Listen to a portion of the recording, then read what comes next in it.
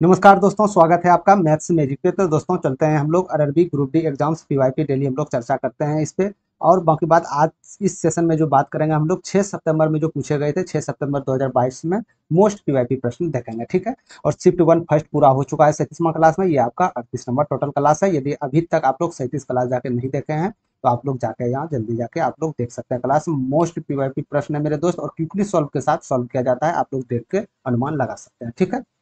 चलते हैं सीधे सेशन की तरफ। और जितने भी एग्जाम्स अगस्त से आप लोग का एग्जाम्स हुआ था, ए टू जेड स्टार्टिंग से लेकर shift by shift, daily by daily आप लोग का पीवाईपी 37 के रूप में पड़ा हुआ है क्लास, ठीक है। तो आप लोग वहां से अटेम्प्ट कर लीजिए, बहुत फायदे मिलने वाले हैं आगामी आने वाले एग्जाम्स में, ठीक है। चलते हैं सीधे सेशन की ओर। पहले नंबर प्रश्न में बोले जा रहा है, ये 6 सितंबर 2022 शिफ्ट सेकंड का ये प्रश्न, ठीक। टोटल 20 प्रश्न रहने वाले हैं आप लोग के। आप लोग से रिक्वेस्ट है कि 20 प्रश्न को आप लोग सॉल्व करें, और कितने सही हुए कितने गलत हुए आप लोग कमेंट सेक्शन में बताएं। और यहाँ से अपने आप को भी तैयारी अपने आप में जांचने का मौका दिया कि कितना हम सही कर रहे हैं कितना रॉन्ग कर रहे हैं, क्योंकि आने वाले एग्जाम्स में इसी के रेशियो से आपका नंबर निकलने वाला है, ठीक है। तो चलते हैं पहले नंबर प्रश्न की ओर। कुछ प्रश्न ऐसा होता है मेरे दोस्त, ये प्रश्न को देख के मैं बता रहा हूँ, कुछ प्रश्न ऐसे होते हैं जो प्रश्न को सॉल्व नहीं किया जाता, डायरेक्ट प्रश्न से आप लोग उत्तर दे सकते हैं, ठीक है। सिर्फ प्रश्न को पकड़ना होता है, ये नहीं कि मैथ्स देखे और सॉल्व करना स्टार्ट कर दिया, ऐसा बिल्कुल नहीं होता है। तो चलते हैं प्रश्न पे हम लोग ए टू जेड चर्चा करेंगे, कोई दिक्कत नहीं होगा। और ये सवाल बिल्कुल ईजी वे है, पेन भी उठाने की आवश्यकता आपको नहीं है, ठीक। प्रश्न को देखिएगा, आप लोग ध्यानपूर्वक देखिएगा। एक बेलन के आधार की त्रिज्या और ऊंचाई के बीच का अनुपात दिया गया है, 3:4 के रूप में है, सही बात है। यदि इसका आयतन 38,808 सेंटीमीटर क्यूब है तो पाई का मान का प्रयोग ये करके आपको बेलन की त्रिज्या ज्ञात करना है, ठीक है। तो ये चार ऑप्शन में जो दिया गया ये बेलन का त्रिज्या होगा। यानी त्रिज्या जो दिया होगा ना, त्रिज्या जो चाहिए हमको मेरे दोस्त, तो त्रिज्या का रेशियो तो ऑलरेडी दिया गया है। अरे त्रिज्या का ऑलरेडी रेशियो दिया गया है कि नहीं भाई। जैसे मान के चलिए त्रिज्या और ये ऊंचाई का ही तो रेशियो है, 3x इंटू 4x, ये रेशियो ही तो है। यानी कि त्रिज्या जो भी होगा 3x के रूप में होगा, या 3 से विभाजित होने वाली वो संख्या हो। यहाँ तक समझ गए। यानी कि त्रिज्या जो होगा आपका 3r के बराबर, या आप बोल सकते हैं 3x के बराबर, समझ गए। यदि 3x के बराबर ये त्रिज्या हुआ, यानी कि जो भी संख्या होगा आपका, ये पूर्ण रूप से 3 से कटने वाला संख्या होना चाहिए, तभी तो यहाँ से पूर्ण संख्या आपका आ रहा है, कटने वाली होनी चाहिए। तो 3 से कटने वाली इसमें से कौन संख्या आपको नजर आ रही है पहले बार में? 27 तो 28 तो जाएगा नहीं, 35 तो नहीं जाएगा, 14 एक ही ऑप्शन बताया, तो यहाँ से आप लोग करेक्ट उत्तर दे सकते थे। हमको बनाने की भी आवश्यकता नहीं है, नहीं हम उसका आयतन निकालने जाएंगे। और यदि आप लोग सिंपली प्रश्न को देखें और बनाने के लिए सीधा जुट जाइए, तब आप लोग क्या करना पड़ेगा, यहाँ से इसका आयतन लेना पड़ेगा। पाया आप लोग जानते हैं बेलन का आयतन पाया स्क्वायर एच। फिर पाए का वैल्यू आप लोग 22/7 रखिए। फिर त्रिज्या का मान 9x² रखिए। फिर आपको यहाँ पे रखना पड़ेगा 4x, तब इसके बराबर 38,808 कीजिए, 38,808 कीजिए, समझ गए। फिर यहाँ से इतना क्यों परेशान करना है, इतना कुछ नहीं करना है। कुछ लॉजिक कुछ प्रश्न में हर एक प्रश्न को सॉल्व करना नहीं होता है, ठीक है। तो आप इस प्रोसेस से न जाने के बदले यहाँ से डायरेक्ट मेथड से सॉल्व कर सकते हैं। और सेशन अटेम्प्ट आप लोग करते रहिए, ए टू जेड शुरू से लेकर अंत तक जितना भी सेशन बता रहे हैं। कहीं भी दिक्कत आने वाले एग्जाम्स में भी इस तरह प्रश्न पूछे जाएंगे, और इजी वे करके आप लोग चले आइएगा, ठीक। चलते हैं दूसरे नंबर प्रश्न की ओर। दूसरे नंबर प्रश्न में बोला जा रहा है, ये किसी काम को 12 दिनों में पूरा कर सकता है और बी इसे 20 दिनों में पूरा कर सकता है, यदि वे पहले बी से शुरू करके एकांतर दिन मतलब अल्टरनेट डे, मतलब एक दिन एक कर रहा है तो दूसरा दिन भी कर रहा है, फिर तीसरा दिन ये कर रहा है तो फिर चौथा दिन भी कर रहा है, अल्टरनेट डे कर रहा है, ठीक है। दिनों तक काम करते हैं तो काम कितने दिनों में पूरा हो जाएगा, ठीक है। तो ए कितना दिनों में कर रहा था, ए 12 दिनों में कर रहा था। बी कितना दिनों में कर रहा था, तो बी 20 दिनों में कर रहा था। तो टोटल आपके पास एक वर्क होनी चाहिए। अरे जिसको हवे में तो काम आप लोग कीजिएगा नहीं, टोटल एक वर्क होनी चाहिए। किस काम को आप लोग कीजिएगा, तभी तो कंपेयर करने में आसानी होगा। तो यानी कि इस जगह वो संख्या रखिए जो दोनों से विभाजित हो जाए, या आप सिंपली बोल सकते हैं ये दोनों का एलसीएम ले लीजिए, ठीक है। तो यानी दोनों से विभाजित होने वाली संख्या कौन, या तो ये बड़ी संख्या हो सकता है, ऐसे इनसे ऊपर वाला संख्या, यानी 20 रखने पे 12 से नहीं जाएगा, 20 दूनी 40, नहीं 20 दिया 60, क्या 60 दोनों से कट रहा है, जी कट रहा है, यानी एलसीएम का 60 आ गया, ठीक है। एलसीएम निकालने की आवश्यकता इस तरह करके नहीं है, बहुत आप लोग लेट हो जाइएगा, ठीक है। तो यहाँ से मेरे को पता चल रहा है कि मेरे दोस्त कि ये एक टोटल काम, एक काम को 12 दिन में खत्म कर रहे थे, बी उसी काम को 20 दिन में खत्म कर रहे थे। टोटल काम आपका ये है। क्या मैं बता सकता हूँ कि एक दिन में, एक डे में एक कितना काम करेगा, कितना इकाई काम करेगा, तो बोल दीजिएगा 5 इकाई काम करेगा, करेगा या नहीं करेगा, ठीक है। इसी प्रकार बी यदि 20 दिन में काम को खत्म कर रहा है, टोटल काम आपके पास 60 इकाई है, तो एक दिन में कितना इकाई करेगा, 3 इकाई करेगा या नहीं करेगा। 20 या 60 करना चाहिए, करना चाहिए, ठीक है। यानी कि एक दिन 5 इकाई कर रहा है, ये दूसरा दिन 3 इकाई कर रहा है, यानी 8 इकाई आपका 2 दिन में जा रहा है या नहीं जा रहा, मैं ये पूछना चाहता हूँ। ठीक है, जा रहा। ठीक। आपको टोटल काम करना कितना है, 60 काम करना है बिल्कुल, 60 काम आपको टोटल करना है। तो आपको यदि 60 काम करना है तो ये तो फुल्ली तो कम, एक अल्टरनेट तो पूरी तरह हो नहीं सकता है, तो यानी कि ये आपका हो नहीं सकता है, 15 तो हो ही नहीं सकता। ठीक है, यहाँ से एक चला गया। तो यहाँ से आप पूरा पूरा देखिए कि गुणनफल के रूप में यदि भाग दे तो पूरी पूरी संख्या में क्या आएगा। यदि हम यहाँ से जाते हैं 7 बार में 8 सत्ते 56, यदि 8 बार में करते हैं तो 8 8 64 ज्यादा हो जाएगा, यानी कि ये संख्या ये जो जा रहा है मेरे दोस्त, ये 7 बार में जा रहा है, यानी कि 7 दिन तक करेगा दोनों मिलकर, 7 दिन तक करेगा, लेकिन 8 का वैल्यू 2 दिन के बराबर है ना, तो 7 दिन में हो जाएगा ये 2 दिन के बराबर, यानी 7 दूनी 14 दिन आया, 14 दिन। तो यानी 8 सत्ते 56 तो ऑलरेडी काम कर चुका है। अरे 8 सत्ते 60 दिन काम करेगा दोनों मिलकर, 56 काम तो ऑलरेडी कर चुका है, तो इसके पास कितना काम बचा है, इसके पास कितना कम बचा, 4 ही तो शेष कम बचे हैं। अब 4 कौन करेंगे, 4 पहले बी करेंगे, क्यों करेंगे, क्योंकि बी पहले शुरू कर रहा है, तो बी कितना एक दिन में इकाई कर रहा था, 3 इकाई, तो एक दिन में ये 3 इकाई करके निकल जाएगा, 3 इकाई करके निकल गया, कितना शेष बचा आपके पास, 1 इकाई। शेष वर्क तो यही बचाना आपका मेरे दोस्त, शेष वर्क तो आपका 1 इकाई बचा ना, इसको कौन अब करने आने वाला है, तो कौन करने वाला है, एक करने वाला है, तो एक दिन में 5 इकाई काम करता है, ये तो मात्र 1 इकाई है, यानी कि इतना दिन में 5 दिन के एक भाग में ये करके निकल जाएगा, यानी टोटल कितना दिन आ गया आपका, 14 एक 15, 15 सही 1 बटे 5 डेज करेक्ट आंसर। तो यानी कि 15 पूर्ण 1 बटे 5 दिन में ये कहानी खत्म करके निकल जाएंगे दोनों। ठीक है, समझ गए, बिल्कुल कैलकुलेटिव तरीके से बताए हैं, तो आपको टेंशन मत लीजिए। यहाँ से हमने ये किया कि एक दिन का ये मेरा काम हुआ, एक दिन का इतना इकाई काम हुआ, एक दिन में इतना काम करेंगे तभी तो इतना मिलकर काम, इतना टोटल काम को करने में 20 दिन लगेंगे। समझ गए, एक दिन में ये 5 इकाई काम करेंगे तभी तो 60 काम करने में 12 दिन लगेंगे। तो यानी कि एक दिन का हम काम निकालिए कितना कितना कर रहा है, तो एक दिन का काम तो हमको ही निकालना था, क्योंकि एक दिन एक कर रहा है, एक दिन भी कर रहा है, एक दिन एक कर रहा है, एक दिन भी कर रहा है, इसी प्रकार हम करके यहाँ से निकाल दिए। ठीक है, कोई दिक्कत नहीं है, चलते हैं आगे। तीसरा नंबर प्रश्न को थोड़ा सा तजब्बो दीजिए। ये प्रश्न वैसे तो है बहुत इजी, लेकिन बहुत से कारणवश कैलकुलेशन में थोड़ा मोड़ा गलती हो जाता है, स्पीड बनाने के चक्कर में, फास्टली बनाने के चक्कर में। ठीक है, तो एक आप लोग पढ़े होंगे कि यदि ए पे पावर एन, यदि यही गुणा के रूप में, यानी कि बेस समान हो, पावर और समान हो, गुणा के रूप में हो तो पावर जाके झुक जाता है, ये तो पढ़े होंगे आप लोग। अरे ये तो जानते होंगे, ये बहुत बेसिक सा फंडा है ना। ठीक है, तो सीधे प्रश्न की ओर चलते हैं हम लोग। क्या ये गुणा के रूप में, क्या ये बेस दोनों का समान है, जी बेस के समान है और गुणा के रूप में भी है, यानी कि ये दोनों पावर जुट जाएगा, यानी कितना में जुटेगा, 512 125 पे पावर जुट के मेरे दोस्त 3 प्लस के बराबर 8 बटे 5 पे पावर 15। इसमें तो कोई दिक्कत नहीं, कोई दिक्कत। अब आपका इस संख्या का वैल्यू इसके बराबर करना, क्योंकि बराबर है, बराबर करने में फायदा है, बराबर करें।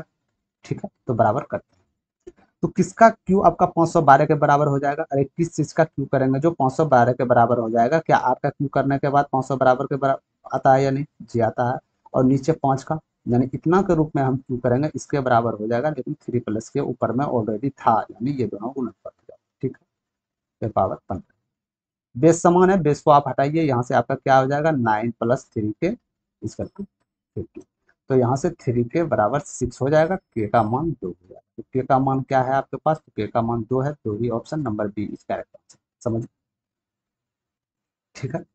और यदि यही प्रश्न को आप लोग ऑप्शन विधि बनाते मेरे दोस्त, यही इसी प्रश्न को यदि आप लोग ऑप्शन विधि बनाते, जैसे मान के चलिए मेरे पास 2 ऑप्शन निकल के आया, तो यानी के का मान पता चल गया 2 है, तो के जगह पे आप 2 रख दीजिए, के जगह पे 2 रखने के बाद ये दोनों पावर जुट जाएगा, जुटने के बाद कितना हो जाएगा, 5 पावर आ जाएगा कि नहीं, और ये दोनों जानते हैं 8/5 का क्यू है, तो यानी 5 या 15 प्रूफ हो गया। तो जिस विधि से बनाइए उस विधि से बनेगा, ऑप्शन से यदि आप लोग फास्टली तरीका से करते हैं मेरे दोस्त, तो ऑप्शन भी बुरी चीज नहीं है, उससे जल्दी फास्ट तरीका से बन जाता है, सिर्फ एब्जॉर्ब करने वाली होनी चाहिए। ठीक है, समझ गए, चलते हैं चौथे नंबर प्रश्न पे। समीकरण X square minus 5x plus 6 equal to 0 के मूल ज्ञात कीजिए, इसका मूल क्या हो सकता है, क्या दोनों पॉजिटिव में होंगे, क्या दोनों माइनस में होंगे, क्या एक पॉजिटिव एक माइनस होंगे, क्या एक माइनस एक पॉजिटिव। देखिए इसको निकालिएगा तो फिर लंबा प्रोसेस में चले जाएगा, निकालना आसान है, एक्स मान के आप इस संख्या को तोड़ सकते हैं, तोड़ के भी निकाल सकते हैं, लेकिन हम ये करेंगे नहीं। क्यों नहीं करेंगे, क्योंकि मूल तो मेरे पास दिया गया है मेरे भाई, यानी मूल वो संख्या है, यानी कि जो एक्स का वैल्यू हो, है ना, तो यानी कि ये संख्या एक्स का वैल्यू रखने पे 0 होना चाहिए, होना चाहिए। तो चलिए ऑप्शन नंबर पहला से हम चलते हैं, तो 2 का मान रखते हैं, 2 दूनी 4 हो जाएगा, 2 का स्क्वायर 4, 5 में 2 से गुणा करेंगे 10 प्लस 6 इक्वल टू 0। क्या ये 0 के बराबर आ रहा है? जी आ रहा है। 6 4 10 में 10 जाएगा, 0 के बराबर हो जाएगा, यानी कि ये हो सकता है। ठीक, यानी एक्स का मान दो, एक मूल तो 2 हो सकता है। क्या दूसरा मूल 3 हो सकता है? देखते हैं। 3 या 9, -15 हो गया प्लस 6 हो गया बराबर 0, यानी हाँ ये भी हो सकता है, क्योंकि -15 0 के बराबर होता है। तो हमको ढूंढने की भी आवश्यकता नहीं है, डायरेक्ट हम यहाँ से उत्तर देकर निकल सकते थे आगे। ठीक है, मैं इसीलिए ये सब बता रहा हूँ क्योंकि आपका टाइम बचे। ठीक है, एग्जाम्स में सबसे महत्वपूर्ण होता है मेरे भाई एक्यूरेसी बचाना और टाइम। यदि टाइम मेंटेन आप करते हैं तो एक्यूरेसी आपका ऑलरेडी मेंटेन हो जाएगा, क्योंकि आपके पास अतिरिक्त समय मिल जाता है। ठीक है, यदि आप लोग को वीडियो पसंद आ रहा है तो आप लोग लाइक जरूर कीजिएगा और जितने भी न्यू फ्रेंड्स हैं उसके पास शेयर जरूर कीजिएगा। ठीक है, चलते हैं आगे प्रश्न की ओर। 55वां प्रश्न देखिएगा, ये भी प्रश्न थोड़ा उलझाने वाले प्रश्न है, लेकिन घबराना नहीं है, बिल्कुल आसान प्रश्न इसको बना देने वाले हैं। ठीक है, एक्स रुपये की राशि, एक रुपया था कुछ आपके पास, उसका वैल्यू एक्स के बराबर था। 12% वार्षिक ब्याज की दर पे, यानी कि 5/2 यानी 2.5 वर्षों में 50,578 रुपये हो जाती है। तो ब्याज 10 महीने पर संयोजित होते हैं, तो एक्स का मान यानी कि वो वैल्यू रुपया का क्या हुआ जो आप इन्वेस्ट किए थे। ठीक, ब्याज कितना है? ब्याज तो कहने का रेट तो है 12% सालाना। ठीक है, लेकिन ये रेट इस मूलधन पे जो धनराशि हम निवेश किए इस पे लग कितना रहा है? 10 महीने पर संयोजित हो रहा है, यानी 10 महीने पर संयोजित हो रहा है तो साल में इतना पे संयोजित होगा। तो यानी 12% के दर पे यहाँ से कितना 10 महीने आ गया आपका सालाना 10%। ठीक, कोई दिक्कत नहीं, यानी रेट कितना निकल गया आपका? 10% निकल गया, यानी क्योंकि 10 महीने पर संयोजित होता था। समझ रहे हैं आप लोग, इसको सालाना में कन्वर्ट किए। ये 10 महीने में हो रहा था तो इसको साल में कन्वर्ट किए, तो ये साल में कितना लग रहा था इसके बराबर कर दिए, तो ये साल में कन्वर्ट हो गया 10% के बराबर। ठीक है, समझ गए। अब हमको चाहिए टाइम। यदि रेट और टाइम निकल जाता है तो कंपाउंड हो या सिंपल हो या कोई भी हो हम तुरंत निकाल सकते हैं उसको। ठीक है, तो टाइम कैसे निकालना? टाइम कितना साल दिया था? अरे टाइम कितना साल दिया था? टाइम 5 साल, 2.5 साल। ठीक है, या बोल सकते हैं 5/2, यही तो था ना टाइम। अरे था ना यही टाइम, 5/2 वर्षों के लिए था। ठीक, 5/2 वर्षों के लिए। ये टोटल मंथली में कितना हो गया? माउंथ में यदि इसको कन्वर्ट कीजिएगा तो कितना हो जाएगा? माउंथ में कन्वर्ट के लिए 12 से गुना करना पड़ेगा। 12 से गुना करते हैं तो 2 से 6 हो गया, 6 5 30 माउंथ। अरे 30 महीना हुआ ना, और ब्याज तो आपको लग रहा है मेरे दोस्त 10 महीना प्रति इसी टाइम, तो आपका 10 महीना ब्याज कैसे लग रहा है? 10 महीना में तो आपको ब्याज देना पड़ेगा। इसको यदि आप साल में कन्वर्ट करते हैं तो रेट यदि आपका 12% था, साल में कन्वर्ट करते हैं तो आपका ये, जैसे देखिए सिंपल तरीका सोचिए कि 12% था तो एक महीने का 1% हुआ, 10 महीने का 10%। समझ गए आपको? इसी तरह इसको साल में कन्वर्ट किया, यहाँ तो 10 महीने से लग रहा था, टोटल 30 महीना था, यहाँ से साल में कन्वर्ट किया, यानी कि 3 ईयर्स हम बोल सकते। तो टाइम क्या निकला आपका? समझ गए आपको? यानी रेट निकल चुका है, टाइम निकल चुका है। अब हमको निकालना है कंपाउंड इंटरेस्ट क्या। ठीक है, तो यानी कि एक्स रुपये की राशि इतनी दर पे इतना रुपया हो जा रहा है, यानी कि एक्स रुपया जो हम धनराशि लगाए थे ये भी इसमें एड है, यानी हम बोल सकते हैं ये जो धनराशि दिया गया है ये आपका मिश्र धन है। समझ गए? मिश्र धन क्या होता है? मूलधन प्लस ब्याज। तो सबसे पहले हम इसका ब्याज निकाल देते हैं। मूलधन तो हर एक एक्स है तो इसका वैल्यू 100% के बराबर हम मान सकते हैं, कोई भी मूलधन को आप 100% मानते हैं। तो इसका इंटरेस्ट निकाल के यदि मूलधन में जोड़ते हैं तो कंपाउंड इंटरेस्ट और मिश्र धन का निर्माण हो जाएगा। ठीक है, तो इसका कंपाउंड इंटरेस्ट कितना होगा? 10 साल 3 ईयर्स के लिए, तो आप लोग सभी जानते होंगे इसका कंपाउंड इंटरेस्ट 3.1%। ठीक है, ये समझ लिए। यदि ये आपको निकालने में परेशानी हो रहा है 10%, तो कुछ मत कीजिए, 100 पे मानते चलिए, 10% इसका निकालिए 90, फिर 10% इसका निकाल के फिर इसी तरह करते जाइएगा, वो आखिरकार आपका लास्ट में जो भी इसका इंटरेस्ट है वो आ जाए। ठीक, तो यहाँ से ये बात समझ में आ गया कि इस मेरा जो कंपाउंड इंटरेस्ट जो परसेंटेज में निकला, कंपाउंड इंटरेस्ट कितना निकला? 33.1%। और मूलधन तो ऑलरेडी हम 100 माने थे, तो मिश्र धन क्या निकला मेरे पास? बताने के लिए थोड़ा प्रोसेस हो रहा है, आप लोग घबराइएगा नहीं, आप लोग कोशिश कीजिएगा तो आप लोग इससे जल्दी फास्टली कर सकते हैं। ठीक है, तो यानी कि मिश्रधन 100 में जोड़ देंगे तो 133.1% मिश्रधन हो गया, लेकिन मिश्रधन परसेंटेज में है इतना, लेकिन रुपया में आपका 50,578 के बराबर है। ये बात समझ गए? और 100% हमेशा आप मूलधन मानते हैं तो 100% मूलधन ही तो खोज रहा है, क्योंकि एक्स का वैल्यू ही तो आप 100% माने हैं। तो यहाँ से 100% निकालने के लिए पहले 10 उड़ा के यहाँ पे करना होगा। ठीक, कितनी बार में जाएगा ये? क्या 4 बार में जा रहा है? क्या इसको 4 बार में, 4 1 का 4, 4 3 12 13, नहीं 4 बार में नहीं जाएगा, नहीं जाएगा ना। ठीक है, 12 के 2 हाथ में, 12 13 के 3 हाथ में, फिर 4 नहीं 4 बार में नहीं जाएगा। तो यानी ये कंफर्म है कि ये 3 बार में जा रहा है। ठीक है, ये कंफर्म है कि ये इससे 3 बार में जा रहा है, जा रहा है ना। तो 3 बार में जाने का मतलब है ये 4 तो हो ही नहीं सकते, 2 ऑप्शन तो ऑलरेडी छांटिए आप। ठीक है, एक नज़र ऑप्शंस की ओर हमेशा आपको बना के रखना है, क्योंकि इस तरह क्या होता है जो कंफ्यूज में उत्तर निकल के आता है, हो सकता है 2 ऑप्शन छटा जाए और लास्ट ऑप्शन आपका उत्तर आ जाए। ठीक, अब कितनी बार में जाएगा, यदि यहाँ से हम माइनस करते हैं मेरे दोस्त 3 बार में कितना हो जाएगा, 3, सॉरी माफ कीजिएगा, हाँ 3 हो जाएगा, 9 हो जाएगा, 9 हो जाएगा, 3 हो जाएगा। यानी जो आपका शेष बचने वाला है वो आपका यहाँ 4 होगा, यहाँ 6 होगा, यहाँ 0 होगा, होगा ना, यहाँ 1, ठीक है, और 8 0 हो जाएगा। ये कितने बार में जा रहा है, क्या 8 बार में जा रहा है, 8 का 8, ठीक है, 8 या 24, 2 8 या 24, 2 26 के 6, 2 8 का 8 2 10, जी 100% 8 के बराबर जा रहा है। यानी इसका वैल्यू क्या निकला मेरे पास, 380 निकल गया ना, 380 एक का वैल्यू निकल गया, तो 100 का वैल्यू क्या निकलेगा, कितना निकलेगा, यानी कितना 38। तो यही आपका मूलधन है 38। 8 बार में जा रहा था, सिंपल यहाँ 8 6 और 8 की अंतर है, तो इसके साथ आप लोग जा सकते थे। ठीक, कोई दिक्कत नहीं है, कोई फार्मूला यूज नहीं करना, क्यों फार्मूला यूज करें, फार्मूला यूज करने के बाद कैलकुलेशन आपको करना पड़ेगा। ठीक, तो इससे अच्छा है आप लोग मेथड से बनाइए और नॉर्मली आप लोग समझ के बनाइए। ठीक, चलते हैं आगे की ओर। आगे प्रश्न में बोला जा रहा है, एक बस 2/5 दूरी, 2/5 भाग की दूरी 50 किलोमीटर प्रति घंटा चाल से चल रहा था, और शेष दूरी, यानी कुल दूरी का 2/5 तो इस चाल से चल रहा था, और जो शेष दूरी 1/5 है उसका दूरी 60 किलोमीटर प्रति घंटा से चाल से चल रहा था। तो पूरी यात्रा बस की औसत चाल क्या होगा आपको पता। औसत चाल क्या हो जाता है, तो औसत चाल 2 होता है फॉर्मूला इसके पास, औसत चाल का 2 फॉर्मूला। यदि चाल असमान है, यदि दूरी असमान हो, माफ कीजिएगा, दूरी यदि असमान हो तो इसका फॉर्मूला कुल दूरी हो जाएगा, और बेटे कुल समय हो जाएगा।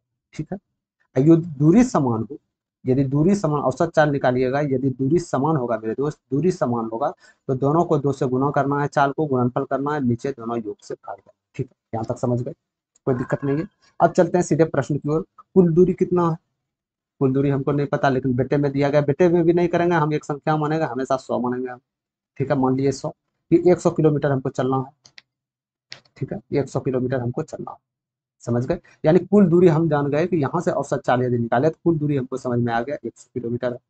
ठीक है, लेकिन बोला जा रहा है इसके 2/5 दूरी 50 किलोमीटर पर घंटा है, इसके 2/5 दूरी कितना हो जाएगा, अरे 40 तो ही होगा ना, तो 100 का 2/5 कितना होगा 40, तो इतना किलोमीटर दूरी 50 किलोमीटर प्रति घंटा की चाल से, तो कितने घंटे में, तो इतने घंटे में पहुंचेगा, यानी कि हम बोल सकते हैं एक का समय निकल गया 4/5 घंटा।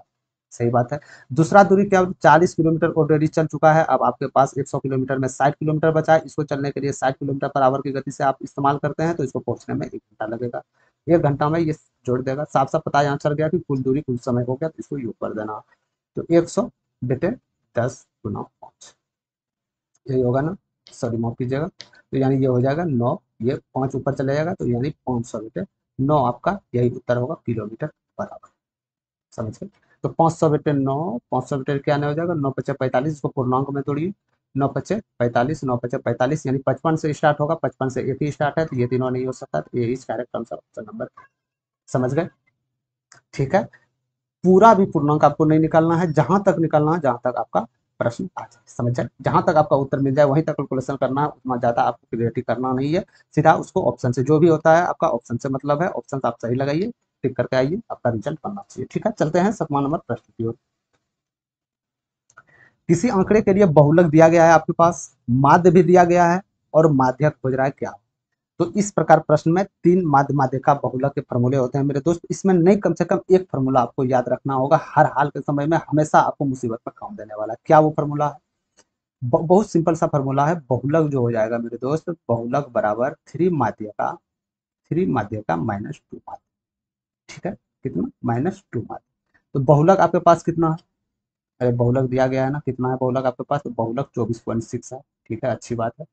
माध्य का क्या दिया हुआ है, माध्य का हमको निकालना है, तो एक्स मान लेते हैं, माध्य क्या दिया गया है, तो माध्य आपका 20.1 दिया। ठीक है, तो यहां से कहने का मतलब है ये गुना होकर इसमें जुटेगा, इसमें जुट के क्या आ जाएगा, 24.6 प्लस कितना जुटेगा, 2.04, 40.2 जुटेगा, क्या ये 3x के बराबर होगा, जी हाँ 100% होगा।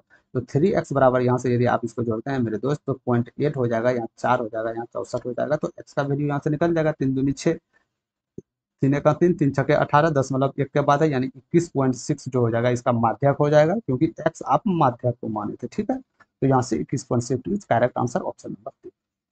समझ गए, तो ये फॉर्मूला आपको रखना, रटना भी नहीं है, याद हो जाएगा सिंपली। आप यहाँ देख सकते हैं बहुलक आप खोज रहे हैं, बहुलक खोज रहे हैं, तो 3 माध्य का 3 माध्यका, माध्यका का देखिए वर्ड जो है ये थोड़ा माध्य से बड़ा है ना, माध्य से बड़ा है इसीलिए ये 3 है, और ये इससे छोटा है इसीलिए ये 2 है। तो हमेशा याद रखिएगा 3 माध्यका में 2 माध्य कर देंगे तो बहुलक के बराबर हो जाएगा। यहाँ से आप लोग इजी में याद रख सकते हैं। ठीक, चलते हैं आगे प्रश्न की ओर। 8वां नंबर प्रश्न में भी कुछ नहीं है, थोड़ा सा लैंग्वेज का थोड़ा फर्क है, लैंग्वेज पकड़ में नहीं आएगा। पहली बार आप प्रश्न को पढ़िएगा तो लैंग्वेज पकड़ में नहीं आएगा, इसको गौर से ध्यान से पढ़िएगा तो आप लोग इसका सॉल्व इजी में कर सकते हैं। ठीक है, तो चलते हैं हम लोग सीधे सॉल्व की तरफ। बोला जा रहा है, एक पिता ने अपने बेटे से कहा, तुम्हारे जन्म के समय मेरी आयु तुम्हारी वर्तमान आयु जितनी थी। ठीक है, यदि पिता की वर्तमान आयु 40 साल है तो 5 वर्ष पहले बेटे की आयु कितनी थी, ये आपको बताना। अच्छी बात है। जन्म के समय लड़का का वर्तमान आयु अभी जो था, अभी लड़का का जो आयु था उससे उसका पापा बोल रहे थे कि तुम्हारा जिस समय जन्म हुआ था ना, आज से जितना साल पहले तुम्हारा जन्म हुआ था उस समय मेरा जो आयु है, इस समय जो तुम्हारा आयु हो रहा है, तुम्हारा वर्तमान आयु जो अभी का है उस समय आयु मेरा उतना ही था। और पिता के अभी का वर्तमान आयु 40 साल है, तो आपको 5 साल पहले लड़का का आयु ज्ञात करना होगा। तो 5 साल पहले लड़का का आयु ज्ञात करने के लिए सबसे पहले लड़का का वर्तमान आयु ज्ञात करना होगा। लड़का का वर्तमान आयु ज्ञात करना होगा, तो इसको हम ज्ञात कर लिए, क्या मान लिए, मान लिए, क्या मान लिए, एक्स। ठीक है, यदि लड़का का वर्तमान आयु एक्स साल था तो इसके जन्म के समय इसके पिता की आयु क्या रहा होगा, क्या रहा होगा, अरे आप तो बोल सकते हैं 40 माइनस एक्स रहा होगा, रहा होगा या नहीं रहा होगा। यदि लड़का का अभी वर्तमान आयु एक्स साल, ठीक है, तो इसका जो जन्म हुआ इसको तो जीरो कन्वर्ट करना है, तो एक्स माइनस कीजिएगा तो यानी 40 माइनस एक्स लड़के का आयु हो जाएगा। इस समय ये साफ साफ बोल रहे थे कि जिस समय तुम्हारा आयु इतना था ना, इस समय मेरा भी इतना ही आयु था, यानी ये वैल्यू एक्स के बराबर है। समझे यहाँ से कुछ नहीं समझे। वर्तमान लड़का, ध्यान से सुनिएगा, वर्तमान लड़का की उम्र एक्स साल था। ठीक है, यानी कि ये जन्म के समय 0 साल हमको करना है, ये जन्म के समय थोड़ी 1-2 साल का होगा, ये तो समय का नहीं होगा। तो यानी कि ये जितना साल का है, यदि हम पिता के वर्तमान आयु में माइनस कर दे तो इसके जन्म के साल, यानी कि ये साफ साफ बोल रहा था कि तुम्हारे वर्तमान आयु के बराबर थे, यानी एक्स के बराबर हो जाएगा। यहाँ से क्या हो जाएगा, 2x बराबर 20, तो एक्स बराबर, सॉरी 2x बराबर 40 हो जाएगा ना, 2x बराबर 40, तो एक्स बराबर 20। यानी एक्स लड़के का वर्तमान आयु कितनी है, कितना निकल गया लड़के का वर्तमान आयु, तो 20 साल निकला। तो क्या खोज रहा है, 5 साल पहले आयु क्या होगा, तो 5 साल आयु पहले 15 साल होगा। Correct number option number. ठीक है, थोड़ा लॉजिक लगाना है, हर समय एक्स मान के इसको कटाने में ही नहीं लगवाना। ठीक है, तो थोड़ा लॉजिक लगाना है और आगे पीछे करके आपको उत्तर चाहिए तो उत्तर देना। ठीक है, और यहाँ से ये प्रश्न आप ऑप्शन से भी कर सकते हैं, बिल्कुल ईजी भी कर सकते हैं। ठीक है, चलते हैं 9वां नंबर प्रश्न की ओर। 9वां नंबर प्रश्न में बोला जा रहा है कि एक बस 160 किलोमीटर की दूरी इतने घंटे में तय करती है, जिसमें रास्ते में एक स्टॉप 10 मिनट का और एक स्टॉप 5 मिनट का समय व्यतीत करता है, तो बस का औसत चाल क्या होगा बताना। तो वही बात हो गई, बस का औसत चाल, कुल दूरी कितना हो गया 160 किलोमीटर, और कुल समय कौन सा समय, स्टॉप का समय नहीं। यदि हमेशा ध्यान रखेगा, यदि आप हमेशा औसत चाल निकालना चाहते हैं तो जो बस से आ रहे हैं, जब जिस ट्रेन से आ रहे हैं, यदि औसत चाल निकालिए तो जहां जहां ट्रेनें रुकी है या जहां जहां बसें रुकी है वो टाइम को आपको, टोटल टाइम में जितना टाइम में पहुंचा उसमें आपको माइनस करना पड़ेगा। समझ गए, तो यानी रुका कितना मिनट, 15 मिनट रुका, रुका ना 15 मिनट तो रुका, 2 स्टॉपेज है, एक 10 मिनट का एक 5 मिनट का, यानी टोटल 15 मिनट रुका। और टोटल कितना मिनट उसको लगा पहुंचने में समय, तो टोटल यहाँ से आप निकाल सकते हैं 4×12, एक 4×12 एक 13/4 घंटा, यानी मिनट में कन्वर्ट करते हैं तो आपको क्या करना पड़ेगा, 60 से गुना करना पड़ेगा। तो 4 से 15 जो के 60, तो यहाँ से निकाल सकते हैं आप, क्या हो गया 15×45, 5, 4, 15×4, 20, यानी 195 मिनट टोटल इसको समय लग रहा था रुकने के बाद। रुक के जाने के बाद, 2 स्टॉपेज रुकने के बाद समय इसका 195 लगा, तो बिना रुकने का क्या लग जाएगा इसको, ये सिंपली यहाँ से आप देख सकते हैं 180 मिनट, या बोल सकते हैं आप, इतना भी करने की इसमें जरूरत नहीं है। सिंपली आप ये देखिए मेरे दोस्त, सिंपली सिंपली आप ये देखिए कि ये समय इसमें माइनस होगा कुल समय में, क्योंकि ये समय जो है ये समय टोटल स्टॉपेज लेके है, और हमको वो समय निकालना है जो स्टॉपेज छोड़ के निकालना है, यानी ये दोनों माइनस, यानी 15 मिनट माइनस करना पड़ेगा।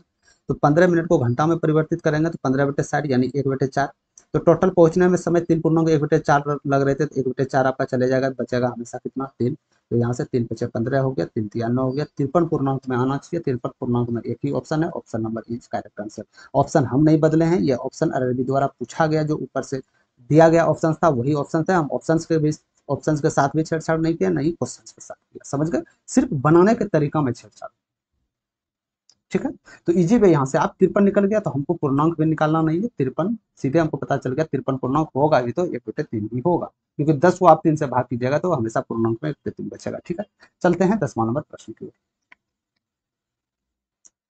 10वां नंबर प्रश्न में बोला जा रहा है, यदि मिश्रित आवर्ती दशमलव 0.2345 पे पावर बार हो तो उसमें सबसे छोटे रूप में भिन्न के रूप में व्यक्त किया तो हर अंश से कितना अधिक होगा, ये आपको बताना। सिंपल बोलने का मतलब है कि इसको यदि बटा में कन्वर्ट करते हैं तो अंश जो है, हर जो है अंश से कितना अधिक है, यानी कि हर और अंश में माइनस करेंगे तो कितना होगा, ये आपको बताना।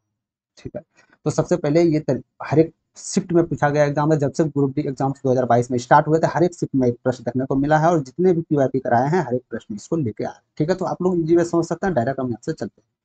तो सबसे पहले आपको संख्याएं लिखनी है, जितने पे पावर बार है उसको आपको स्टेबल रहने देना, और जितने पे पावर बार नहीं हो उसको आपको हटाना। ठीक है, क्योंकि उसका कोई अस्तित्व नहीं। ठीक है, और जितने पे पावर डंटा हो उसको डबल 9 स्टार दीजिए, जिस पे पावर नहीं हो उसका वैल्यू 0 के बराबर कीजिए, यानी 100। यदि आप इसमें माइनस करते हैं तो 2322/99 आ जाएगा या नहीं आ जाएगा, 100% आ जाएगा।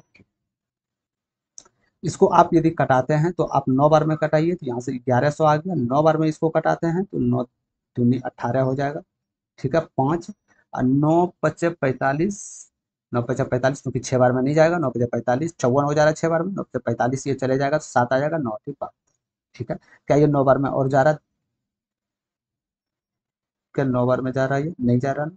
ठीक है, तो क्या 5 बार में, 2 बार में देख लेते हैं, तो 2 से इसको करते हैं 2 4, 2×9 = 18, 2 से इसको करते हैं 5 5 0। ठीक है, क्या इससे और निम्न भिन्न में जा सकता है, ये पॉसिबल तो नहीं लगता है। ठीक है, यहाँ तक ठीक है। तो अब आपको बताना है कि हर अंश से कितना अधिक है, यानी कि ये हो गया आपका हर, ये हो गया आपका अंश, इसको माइनस करेंगे कितना होगा, इसको माइनस आप कीजिएगा मेरे दोस्त, हमेशा कोई भी संख्या आएगा इकाई अंक पे एक आएगा, क्योंकि ये बड़ी संख्या इसमें से 129 माइनस जाएगा तो 10 में 9 जाएगा, एक बचेगा इकाई अंक पे, इसमें एक नहीं है, इसमें भी एक नहीं है, इसमें भी एक नहीं है, तो माइनस भी नहीं कीजिए, डायरेक्ट आप लोग उत्तर दे सकते हैं। ठीक है, समझ गए, यही सीखना है। Total A to Z class attempt कर लिया आप लोग, मैथ्स में कोई परेशानी नहीं हो पाएगा। समझ गए आप लोग, चलते हैं आगे की ओर। वो संख्याएं ज्ञात कीजिए जिसका 1/3 भाग 1/5वें भाग से 6 अधिक।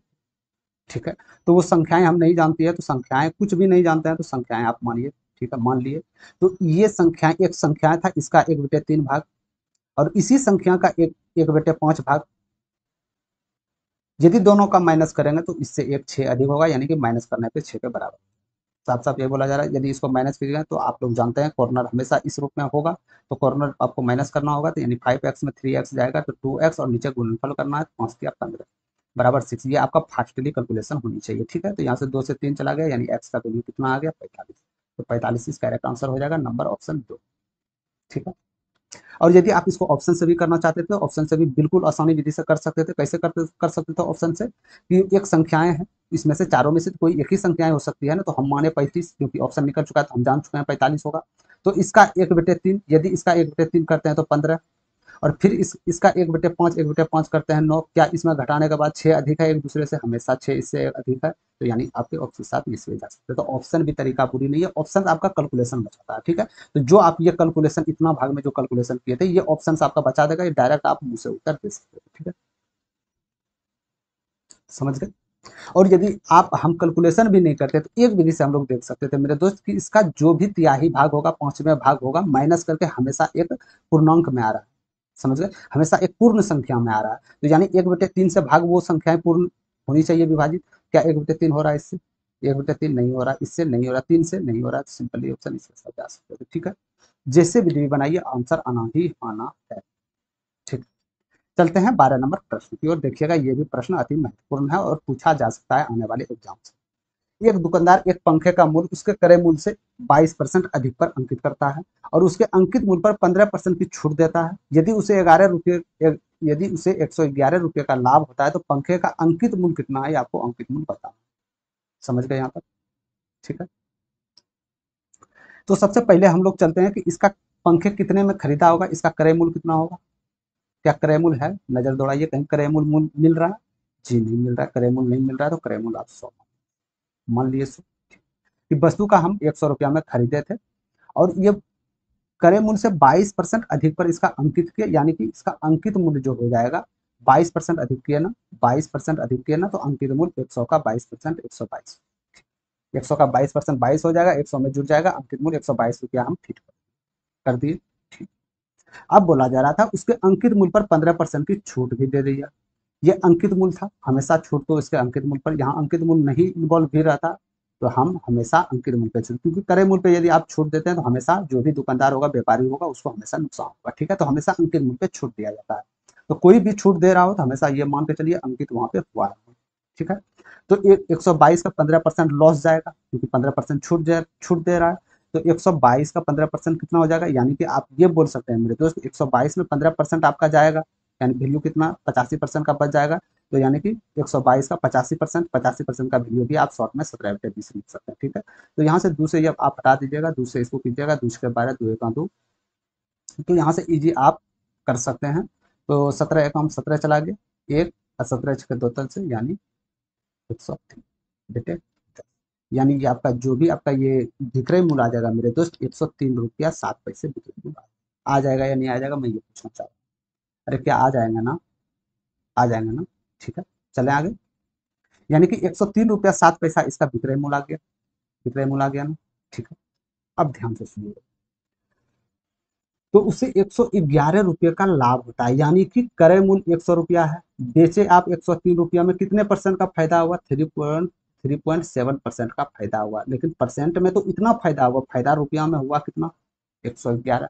तो क्या मैं बता सकता हूँ 100% का वैल्यू निकल जाएगा मेरे पास, तो 100% का वैल्यू क्या निकलेगा, तो यहाँ से 100% का वैल्यू निकालने के लिए जीरो से उड़ाइए इसको, ये कितना बार में जाएगा, कितना बार में जाएगा ये, 3 बार में जाएगा। जाएगा कि नहीं जाएगा, सत्या की 2, 3 तिया 9 2 11 30, यानी आपका जो भी आ जाएगा आपका मेरे दोस्त, तो ये आपका 3,000 के आसपास। तो यानी कि क्रय मूल्य आपका क्या निकला, 3,000। अरे यही इसी का तो वैल्यू 3,000 निकला ना मेरे भाई, क्रय मूल्य का ही तो 3,000 वैल्यू निकला ना। तो आपसे क्या पूछा जा रहा है, आपसे क्रय मूल्य पूछा जा रहा है नहीं ना, आपसे अंकित मूल्य पूछा जा रहा था। अंकित मूल्य क्रय मूल्य से 22% तो आप इन्वेस्ट किए थे, 22% ज्यादा ही तो अंकित किए थे, तो इसका 22% इसमें एड करना होगा। तो 22% यानी क्या हो जाएगा, 66। अरे 22% इसका क्या 66 हो जाएगा ना, 22% अधिक अंकित करना है मेरे दोस्त। तो ये आपका 3,000 हो जाएगा ना। तो 3,000 का यदि आप 122% करते हैं ना, तो 122% आपको करने के लिए यहाँ से 6 होनी चाहिए, 6 होनी चाहिए, 3 होनी चाहिए, 0 होनी चाहिए, यानी कि 3660 होनी चाहिए आपका। तो 3660 एक ही ऑप्शन में नजर आ रहा है, 3 इज करेक्ट ऑप्शन। ठीक है, समझ गए। यानी कि 3,000 का 22%, 660, 3,000 में 660 जोड़िएगा तो 3,660 आप लोग इजी वे यहाँ से भी देख सकते हैं। ठीक है, चलते हैं अब आगे की ओर। यदि कोई प्रश्न में परेशानी आ रहा हो तो आप लोग कमेंट सेक्शन में जरूर पूछ सकते हैं, उसका जो भी निराकरण होगा अगले वीडियो में आप लोग सेशन में कर डालेंगे। ठीक है, चलते हैं 13 नंबर प्रश्न की ओर। 13 नंबर प्रश्न में बोला जा रहा है 20 और 50 के बीच तृतीय समानुपाती और 9 और 16 के बीच मध्यमानुपाती के बीच का अनुपात क्या होगा, ये आपको बताना है। तो बार बार क्लास में बता रहे हैं, इस प्रकार प्रश्न बनाने के लिए कहीं भी पूछते प्रथमानुपाती या द्वितीय अनुपाती तो घबराना नहीं है, यहाँ से आपको ये शेड्यूल बना लेना है, सिर्फ ये बना के आपका कहानी खत्म हो जाएगा। जैसे आप रेशियो समानुपाती में इसको कन्वर्ट करते हैं, तो यहाँ पे प्रथमानुपाती खोजे तो प्रथमानुपाती ए बराबर आ जाएगा, ध्यान दीजिएगा, प्रथमानुपाती खोजे तो ए बराबर, हमेशा ये समानुपाती में है तो हमेशा जहाँ जाएगा बराबर जाएगा, ये कभी भी इसको विरोध में नहीं आएगा, जहां भी जाएगा गुणनफल करेगा। तो ये बराबर क्या हो जाएगा, बी स्क्वायर बटे सी। ठीक है, तो बी हमेशा साथ में आएगा, तो बी स्क्वायर बटे ए सी। और तृतीय अनुपाति मध्यमानुपाति पूछोगे तो बी स्क्वायर बराबर ए सी, और तृतीय अनुपाति पूछोगे तो ये दोनों साथ में रहेगा, बी स्क्वायर अपॉन ए। ठीक है, इतना सा बस याद करना ना आपको, ये याद रखिएगा, यहाँ से आप सब निकाल सकते हो। तो क्या पूछा जा रहा था, 20 और 50 का तृतीय अनुपाति, तृतीय अनुपाति क्या है, तृतीय समानुपाती क्या है, बी स्क्वायर बटे ए है ना। अरे है ना, बी स्क्वायर बटे ए, तो बी स्क्वायर कितना हो जाएगा, 50 का स्क्वायर करेंगे तो 2500, अरे ए यानी 20, इसका रेशियो पूछा जा रहा है। और एक का रेशियो क्या, इसका मध्यमानुपाती, मध्यमानुपाती क्या हो जाएगा, बी स्क्वायर बराबर ए सी, या इसको आप इस रूप में भी लिख सकते हैं, बी बराबर रूट अंडर ए सी। ठीक है, तो बी बराबर रूट अंडर ए सी यदि करते हैं तो ये 3 आ जाएगा, ये 4 आएगा, 4 दिया 12। तो यहाँ से आप इजी वे इसको खत्म कर सकते थे, यानी कि 125:12 के रूप में आ जाएगा। तो ऑप्शन नंबर आपके 2 के साथ चलेगा। ठीक है, समझ गए, चलते हैं आगे की ओर। 14 नंबर प्रश्न ध्यान से देखिएगा, एक त्रिभुज एबीसी था। ठीक है, ए बी ए सी के मध्य बिंदु है, सबसे पहले एक त्रिभुज बना लेते हैं एबीसी। तो ये भुजाएं ए है, ये दूसरी भुजाएं बी है, तीसरी भुजाएं सी है। ठीक है, ए बी और ए सी के मध्य बिंदु क्रमशः डी ई है, यानी कि ए बी यानी कि ए बी और ए सी के मध्य दो बिंदु हैं, ये दो बिंदु हैं, ठीक है। ये डी ई मध्य रेखाएं हैं, ये आपका डी हो गया, ये ई हो गया, ठीक है, मध्य बिंदु डी ई है। बी सी 6 सेंटीमीटर है, यानी बी सी ये 6 सेंटीमीटर दिया गया है। डी ई समांतर है बी सी के, सही बात है, डी ई समांतर है बी सी के, समांतर मतलब जो समान रेखाएं में होते हैं उसे समांतर कहते हैं। तो डी ई की लंबाई यानी कि ये भुजा की लंबाई, जो न्यू भुजा जो प्रवेश करा है आप इस जगह, इस भुजा की लंबाई क्या होगा आपको बताना, ठीक है, यहाँ तक समझ गए। तो हमेशा याद रखिएगा मेरे दोस्त, एक त्रिभुज में यदि दो भुजाओं के मध्य बिंदुओं को मिलाने वाला रेखाखंड तीसरी भुजा के समांतर होती है तो उसकी आधी लंबाई का होता है हमेशा, यानी ये यदि 6 सेंटीमीटर होगा तो ये आपका 3 सेंटीमीटर, समझ गए आप लोग, हमेशा इस भुजा का आधी होगा, ठीक है, हमेशा। तो यानी इसका जो आंसर हो जाएगा 3 सेंटीमीटर होगा, 3 सेंटीमीटर इज करेक्ट आंसर, ठीक है। चलते हैं आगे की ओर। 15 नंबर प्रश्न को देखिएगा, ये प्रश्न, ए बी अकेले एक काम को 30 दिन 40 दिनों में कर सकते हैं। यदि वे एक साथ काम करते और उसे काम के लिए 2800 रुपया प्राप्त होता तो ए का हिस्सा क्या है ये आपको बताना, ठीक है। जो न्यू स्टूडेंट रहेंगे वो क्या करेंगे, 3-4 के अनुपात में काम में था तो 3-4 के अनुपात में इसको बांट दिया, 3-4 के अनुपात में बांटने का मतलब हो गया कि इसके अनुपात में ये बांट के और 2800 के बराबर कर देगा, सच्चों का 28, यानी ये आपका कितना आ गया 1200, ये आपका 1600 आ जाएगा, मार देगा उत्तर ये, लेकिन ये गलत हो जाएगा, उत्तर आ जाएगा। क्यों ऐसा होता है हम आपको बताएं, ठीक है।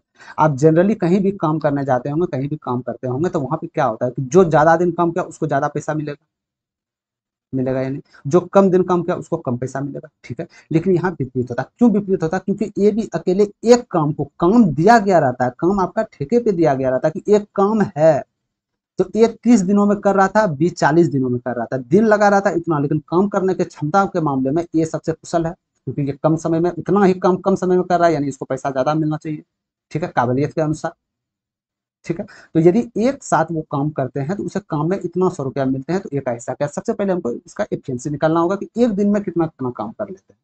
तो ये ए हो गया, बी हो गया, ये 30 दिन में काम करते हैं, ये 40 दिन में काम करते हैं, टोटल आपके पास एक वर्क होनी चाहिए, तो टोटल वर्क इन दोनों का एलसीएम होता है, तो एलसीएम 120 हो जाएगा, तो ये एक दिन में 4 इकाई काम करेगा, तो ये एक दिन में 3 इकाई काम करेगा। बस इसी के रेशियो पे आपको बांटना है, क्यों बांटना है, क्योंकि एक दिन क्षमता के अनुसार आपको बांटिएगा ना, ये, ठीक है। ऐसा थोड़ी है कि वो कोई नेता का बेटा है तो उसको ज्यादा मिलेगा, यदि कोई गरीब का लड़का है तो उसको कम मिलेगा, ऐसा नहीं होनी चाहिए ना, ठीक है। तो जिस तरह प्रश्न में बोला जा रहा है उसी तरह आप लोग इजी में कर सकते थे, ठीक है। तो हमेशा याद रखिएगा कि दिनों में नहीं बांटना, इसका इफिशियंसी में बांटना, इसके क्षमता के अनुसार बांटना कि इसके अंदर क्या काबिलियत है। तो यानी कि ए बी का जो है क्षमता का जो रेशियो आ गया मेरे दोस्त 4:3 आ गया कि नहीं, कि एक दिन में 4 इकाई करेगा तो ये 3 ही इकाई कर पाएगा, यानी कि हमेशा ही इससे ज्यादा होगा, इसी को आपको बांटना है 2800, समझ गए। तो यानी कि 7x का वैल्यू, एक्स आप लिख लीजिएगा, यदि रेशियो में हो तो एक्स लिखना बेहतर होगा क्योंकि निकालने में आसान हो जाता है, ठीक है। तो यहाँ से आपका हो जाएगा 7-28 400 रुपया, तो एक्स का वैल्यू 4x निकला, तो यानी 4 रुपये 1600। तो क्या ए का कितना मिलेगा आपको 1600 मिलेगा, हमेशा उससे ज्यादा मिलेगा, एक बात याद, ठीक है। और बाकी बात, यदि मौखिक रूप में इस सवाल को आप करना चाहते थे तो ए का हिस्सा कितना है, तो आप समझ रहे हैं ये 30 दिन में 20-40 दिन में करा तो हमेशा 20 से ज्यादा पैसा मिलेगा इसको, हमेशा। तो क्या ए को, बी को 1200 रुपया मिलेगा कभी, यदि बी ए को 1200 रुपया मिलता है तो बी को कितना मिल जाएगा समझ रहे हैं, 1600 रुपया, जो कि गलत है, बी को हमेशा कम मिलनी चाहिए, ठीक है। इसमें भी आप देख सकते हैं, ये तो ठीक है, चलिए कंफर्म है, ये बराबर कभी हो ही नहीं सकता, दो ऑप्शन तो आपका ऑलरेडी, ये दोनों ऑप्शन हटा जा रहा है ऑलरेडी, समझ गए।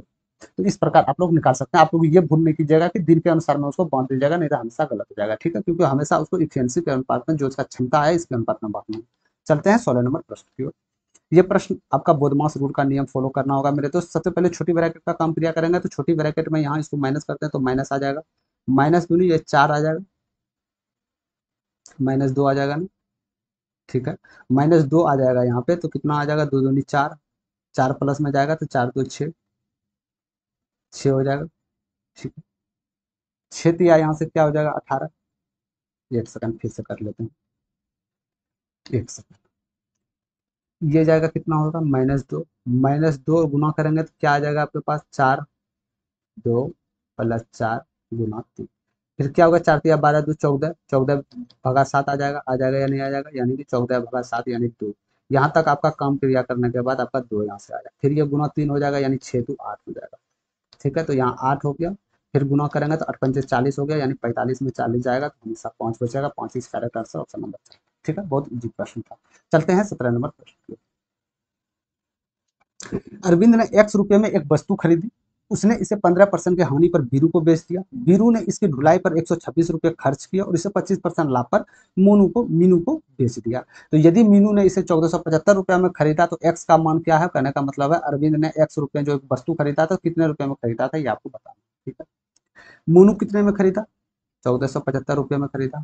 खरीदा या नहीं खरीदा, मैं ये पूछना चाहता हूँ। ठीक है, इतना रुपया में ये खरीदा, 1475। ठीक है, तो इसको जो बेचा, कौन बेचा था? बीरू बेचा था। बीरू कैसे बेचा था? पहले 126 रुपया एड किया, फिर इसमें 25% प्रॉफिट पर बेचा, यानी कि 25% प्रॉफिट डायरेक्ट इसके पास बेचा, यानी कि 125% का वैल्यू ये हो गया। हुआ कि नहीं? बीरू के मुकाबले में हुआ कि नहीं मेरे भाई? तो यहाँ से यदि हम 100% निकाल लिए तो बीरू जो 126 रुपया एड करके जो मूल अंकित किया था उसका वैल्यू निकल जाएगा। तो यानी 125 से कर सकते हैं, 25 चौके 100, सॉरी माफ कीजिएगा, 25×5 = 125, और 25 चौके 100 हो जाएगा। 5 से इसको कन्वर्ट करते हैं आप तो 5 दूनी 10 हो जाएगा, 5×9 = 45, 5×5 = 25 हो जाएगा। 4 से इसको गुणा कीजिएगा आप, 0 2 और यहाँ 8 हो जाएगा। ठीक है, 8 हो जाएगा, 4 दूनी 8 की 11, यानी 1180 रुपया क्या हो जाएगा? 120 रुपया अंकित करने के बाद हो जाएगा। तो यानी मैं ये पूछना चाहता हूँ कि बीरू जो वस्तु ये खरीदी, तो बीरू द्वारा खरीदी गई, बीरू जब ये वस्तु को खरीदा उस समय इसका वैल्यू क्या रहा? खरीदते समय वैल्यू क्या रहा? यानी 126 रुपया माइनस करना पड़ेगा। अरे करना पड़ेगा या नहीं करना पड़ेगा? ठीक है, तो यदि 126 रुपया इसमें आप माइनस करते हैं तो आपका वैल्यू क्या आ जाएगा? यहाँ 4 आ जाएगा, यहाँ 5 आ जाएगा, यहाँ 0 आ जाएगा, यानी कि 1054 रुपया में बीरू खरीदा। यहाँ तक समझ गए? यानी बीरू जो खरीदा 1054 रुपये में खरीदा। ठीक है, 1054 रुपये में बीरू खरीदा। बीरू खरीदा कब? जब अरविंद ने इसे 15% हानि पर बेचा। ठीक है, तो यानी कि यदि हम मान लिए अरविंद 100% वैल्यू, कोई कुछ भी मूल्य खरीदा उसका वैल्यू 100% था, तो 85% लॉस पर बेचेगा तो वैल्यू 85% के बराबर आनी चाहिए। तो यानी कि 85% का वैल्यू आपका 1054 के बराबर आनी चाहिए, कहने का मतलब ये है। तो 100% वैल्यू ज्ञात करना है तो एक्स का मान निकल जाएगा, क्योंकि आप एक्स 100% के वैल्यू के बराबर रखे थे। ठीक है, तो यहाँ से करते हैं तो 17×5 = 85, और सॉरी 17 से नहीं जाएगा, 5 से ये 17 बार में जाएगा, 5 से ये 20 बार में जाएगा, 17 से 17×6 = 72, 17×2 = 34, तो यहाँ से आपका निकल जाएगा 1240। ठीक है, तो 1240 इस करेक्ट आंसर हो जाएगा आपका, नंबर ऑप्शन ए। समझ गए? तो इजी वे आप लोग कर सकते हैं, कोई दिक्कत नहीं है। हम 125% वैल्यू इसके बराबर यहाँ इसलिए लिखे क्योंकि 125 रुपया लाभ पे बेचा था मोनू। ठीक है, तो यानी कि बीरू 126 रुपया एड करने के बाद जो बीरू जो रह जाएगा 125 के बराबर ही तो रहेगा। तो 100% निकाल लिए, इसमें 126 माइनस कर दिए, तो बीरू ने जो खरीदा था इतना रुपया में खरीदा था, तो जब खरीदा था कब? जब अरविंद ने 15% लॉस पे बेचा था, यानी ये वैल्यू अरविंद के लिए 85% के बराबर है। तो 100% इसका क्रय मूल्य है, तो यहाँ से 1240 निकल गया। ठीक है, समझ गए? कोई परेशानी नहीं है। चलते हैं आगे। एक त्रिभुज की भुजाएं 32 सेंटीमीटर, 60 सेंटीमीटर और 68 सेंटीमीटर है। त्रिभुज का क्षेत्रफल ज्ञात करना है, ये क्षेत्रफल ज्ञात करना है। ठीक है, तो इस प्रकार के त्रिभुज का क्षेत्रफल ज्ञात करने के लिए आपको हीरोज फार्मूला याद रहना चाहिए। हीरोज फार्मूला क्या होता है? हीरोज फार्मूला बोलता है कि तीनों जो इसका माध्यका होगा त्रिभुज का, ये निकाल लीजिए आप, तो ये वैल्यू एस के बराबर आ जाएगा। तो हीरोज फार्मूला का मेरे भाई ये बोलता है, क्या बोलता है? हीरोज फार्मूला कहता है रूट अंडर लीजिए, जो माध्यका निकला था पहली भुजा का माइनस कीजिए, फिर माध्यका में दूसरी भुजा का माइनस कीजिए, फिर माध्यका में तीसरी भुजा का माइनस कीजिए, बस यही कीजिए, यही आपका फार्मूला निकल जाएगा। ठीक है, समझ गए यहाँ तक? ये आपको ज्ञात रहनी चाहिए। ठीक, ए बी सी कितना वैल्यू है? तीनों को एक कीजिए, कितना हो जाएगा? 8 2 10, 0 1, तो 6 1 7, 6 13, 13 3 16, यानी 160। 160 से 2 से डिवाइड करते हैं तो 80 हो जाएगा। 80 वैल्यू एस के बराबर आ जाएगा। यहाँ तक समझ गए आप? ठीक है, ठीक। तो अब इस फार्मूला में पुट करने के लिए एस एस का वैल्यू ये रूट अंडर जाएगा, 80 निकला। ठीक है, 80 में पहली भुजा को माइनस कीजिए आप, 80 में पहले भुजा को माइनस कीजिएगा, कितना जाएगा? 32, यानी कि 80 में 32 जाएगा, कितना बचेगा? सिंपल में 80 को पहले 30 माइनस कीजिए, 50, 50 में फिर 2 माइनस कीजिए, कितना हो जाएगा? 48, तो 48 लिखिए, सही बात है। फिर 80 में आपका दूसरा भुजा 60 माइनस होगा तो यहाँ 20 बचेगा। फिर आपका 80 में तीसरी भुजा 68 माइनस होगा, तो सबसे पहले 80 में 60 माइनस कीजिए, कितना बचेगा? 20, 20 में 8 माइनस कीजिए, क्या होगा? 12, यहाँ आ जाएगा। तो रूट अंडर का मतलब है कि दो में एक चीज आएगा, तो सिंपली दो चीज को हमको गुणाफल करके दो अंक आनी, दो बराबर संख्याएं आनी चाहिए। तो यहाँ से हम कर सकते हैं बर अट्ठे 96 960, और फिर 48 × 20 करेंगे 960, तो ये संख्याएं एक बाहर आ जाएगा, तो 960 इसका आपका एरिया आ जाएगा। तो एरिया कितना निकला आपका सेंटीमीटर स्क्वायर में, तो 960 सेंटीमीटर स्क्वायर। समझ गए आप? ठीक है, तो इस प्रकार आ जाए तो आप इस फार्मूला से यूज करके इजिली निकाल सकते हैं। ठीक है, चलते हैं 19 नंबर प्रश्न की ओर। बोला गया था ए और बी के वेतन का अनुपात 3:4 में है। ए बी में से प्रत्येक वेतन में 3000 की वृद्धि होने के बाद नया अनुपात 18:23 हो जाता है। तो वृद्धि के बाद ए का वेतन क्या है, इसमें भी आपको पेन उठाने की आवश्यकता बिल्कुल नहीं है। ठीक है, समझ गए आप लोग? क्यों नहीं है? क्योंकि ये पूछा जा रहा है कि ए बी, ये तो धन दिया गया था, इसका आय, इसका वेतन दिया गया था, इसका इतना वेतन है, और ए बी प्रत्येक ने 3000 रुपये की वृद्धि किया, और वृद्धि करने के बाद नया जो रेशियो निकला, कितना निकला ए बी का? अरे ए बी का नया रेशियो क्या निकला? तो क्या निकला? 18x/23x। क्या निकला या नहीं निकला, मैं ये पूछना चाहता हूँ, क्या निकला या नहीं निकला? 18x/23x। तो वृद्धि के बाद ए का रेशियो क्या है? अरे वृद्धि के बाद ही तो ये रेशियो दिया गया है कि यानी कि वृद्धि के बाद रेशियो का जो होगा आपका मेरे दोस्त, एक 18x के वैल्यू के बराबर हो जाएगा। हो जाएगा कि हो जाएगा। ठीक है, ये पूर्णांक में, यानी कि इस ये जो संख्याएं होनी चाहिए ये x से डिविजिबल होनी चाहिए, x से पूरा पूरा भाग लगनी चाहिए। तो इसमें साफ साफ पता चल रहा है ये 18 से भाग नहीं लगेगा, ये 18 से भाग नहीं लगेगा, ये 18 से भाग नहीं लगेगा। ऑप्शन नंबर एक ही बता, 18,000 जो 18 से। ठीक है, समझ के कुछ नहीं करना है, कोई झमेला नहीं पड़ना, डायरेक्ट आंसर पे क्लिक करना है, थोड़ा सा मेथड और आईक्यू लेवल लगा के। ठीक है, चलते हैं 20 नंबर और लास्ट नंबर प्रश्न की ओर। 20 नंबर प्रश्न भी इजी पे बिल्कुल आप लोग दे सकते थे, कोई इसमें घबराने की जरूरत नहीं था। बोला जा रहा था 24, 88 और 136 को पूर्णतः विभाज्य होने वाली सबसे छोटी संख्याएं क्या है? ये चार संख्याएं में एक संख्याएं आपको बतानी है जो 24 से भी विभाज्य है, जो 88 से भी विभाज्य है, जो 136 से भी विभाज्य है। ठीक है, तो विभाजकता का नियम जिसने पढ़ा, ये प्रश्न दो चुटकियों में करके निकल जाएंगे, और जिसने विभाजकता का नियम नहीं पढ़ा मेरे दोस्त, उसको थोड़ा परेशानी इसमें उठाना पड़ेगा। ठीक है, तो विभाजकता का नियम क्या कहता है? विभाजकता का नियम 24 के लिए नियम हम नहीं अप्लाई करेंगे, पहले पहले 88 को देख लेते हैं। 88 का नियम क्या कहता है कि कोई भी संख्या यदि 88 से विभाज्य होगा तो वो संख्या 11 और 8 से भी विभाज्य होनी चाहिए। होनी चाहिए या ना होनी चाहिए, मैं ये बताना चाह रहा हूँ कि कोई संख्याएं 88 से विभाज्य हो जाएगा तो वो संख्याएं 11 और 8 से भी विभाज्य होगा ना। जैसे कि 88 ही खुद ले लीजिए, यदि 88 ये संख्याएं 88 से विभाज्य हो रहा है तो ये 11 से भी जाएगा, ये 8 से भी जाएगा, जाएगा या नहीं? ठीक है, तो यानी कि वो संख्याएं हमको चारों में से एक ढूंढना है जो 11 या 8 से विभाज्य हो। तो 8 का विभाजकता का नियम बोलता है कि कोई भी संख्या का इकाही 3 डिजिट, इकाही 3 डिजिट यदि 8 से विभाज्य है तो वो संख्याएं पूरी तरह 8 से विभाज्य हो जाए। तो आपको इसमें चारों ऑप्शन में एक ऑप्शन कोई भी चेक करना है, लास्ट 3 अंक 8 से कौन सा विभाज्य है। तो क्या ये विभाज्य है 8 से? 8×5=40? जी नहीं, ये नहीं है। क्या ये 8 से विभाज्य है? जी हाँ, ये है। क्या ये 8 से विभाज्य है? जी नहीं है। क्या ये 3 अंक 8 से विभाज्य है? जी नहीं है। तो ये नहीं, ऑप्शन नंबर 3 के साथ चले जाता। तो कुछ भी नहीं करना था, सिर्फ बैठे रहना था, आपका माइंड चलाना था। ठीक है, तो अब ऐसा एग्जाम्स और कम्पिटिटिव होने वाला है मेरे दोस्त, इसमें हाई लेवल पे जाने वाला है कि पेन उठाने की भी आवश्यकता नहीं पड़ेगा स्टूडेंट्स को, सीधे माइंड में कैलकुलेट कीजिए और अपना उत्तर दीजिए। ठीक है, जैसे आप 19 और 20 नंबर प्रश्न में देख सकते थे। ये प्रश्न एक ही शिफ्ट में आया है प्रश्न, बट देखिए ये बनाने के लिए इसमें यदि कोई भी नॉर्मली स्टूडेंट बनाता तो कम से कम 1.5 मिनट तो समय वो देता या 1 मिनट समय देता। ये भी प्रश्न यदि 19 नंबर बनाता कम से कम इसमें 1-1.5 मिनट समय, यानी कि 1.5-1.5 मिनट, 3 मिनट समय बच रहे हैं। ठीक है, 3 मिनट समय लग रहे हैं दोनों में टोटल नॉर्मली स्टूडेंट द्वारा। यदि आप लोग इस मेथड से बनाते हैं तो आप लोग मात्र इसमें जानते हैं 5 सेकंड में सॉल्व कीजिएगा, 10 सेकंड में, 10-10, 20 सेकंड में सॉल्व कर रहे हैं आप। समझ रहे हैं? सीधा आप लोग के पास 160 मिनट का समय बच रहा है, 160 सेकंड का समय बच रहा है। तो बहुत महत्वपूर्ण हो जाता है कि 25 मैथ्स में अप्रोक्सीमेट नहीं, कम से कम 5 से 6 विधि ऐसा हो जो मुंह से क्वेश्चंस बनाने लायक हो, जो आप लोग इजी पे नहीं जा सकते, जो अधिकतर स्टूडेंट लेंथी प्रोसेस जाते हैं वहां पे आपको फंसना नहीं है। ठीक है, यदि मैथ में टाइम बचत हो गया तो आप लोग इजी पे कहीं भी जा सकते हैं। ठीक है, तो ये था सेशन मेरे दोस्त, कैसा लगा आपको कमेंट सेक्शन में जरूर बताइएगा। और एक सेशन आप लोग का मैथ्स स्पेशल चलता है, इसमें भी आपको बिल्कुल ईजी वे बताते हैं, पेन उठाने की आप लोग को आवश्यकता इसमें बिल्कुल नहीं पड़ेगा, क्योंकि ये ऐसा प्रश्न आता है मेरे दोस्त, ये महत्वपूर्ण प्रश्न है। क्योंकि ये जो भी प्रश्न 8-10 बार रिपीटेड किए गए प्रश्न है, उस प्रश्न को चुन चुन कर मैं लाता हूं इसमें। तो ये अटेम्प्ट करना, आप लोग कोई भी एग्जाम्स की तैयारी कर रहे हैं, ये सबके लिए आपको बेहतर होने वाला है। ठीक है, तो आप लोग कोई भी अपडेट्स चाहते हैं, कोई न्यू अपडेट्स हो, चाहे वो जॉब के रिलेटेड हो या नोटिफिकेशन के रिलेटेड या क्लास रिलेटेड हो, तो आप लोग टेलीग्राम चैनल से जुड़िए। सबसे पहले आपको वहीं पे नोटिफिकेशन प्राप्त होगा, इसके बाद कहीं यूट्यूब पे आपको देखने को मिल सकता है। ठीक है, तो सिंपली आप टेलीग्राम में जाके ये सर्च कीजिएगा तो आपके पास नीचे मैथ्स मैजिक का क्लासेस का आ जाएगा, वहाँ पे आप ज्वाइन करके जो भी होगा अपडेट के साथ जुड़ते रहिएगा। ठीक है, और बाकी बात इसका हम डिस्क्रिप्शन में लिंक भी दे देंगे टेलीग्राम का, वहाँ से भी क्लिक करके आप लोग डायरेक्ट लिंक पे जा सकते हैं टेलीग्राम पे। ठीक है, तो सेशन कैसा लगा आप लोग जरूर बताइएगा, पसंद आ गया तो लाइक जरूर कीजिएगा, और जितने भी न्यू फ्रेंड्स से शेयर जरूर कीजिएगा, जो भी आने वाले संभावित एग्जाम्स में तैयारी करें, चाहे वो एनटीपीसी हो।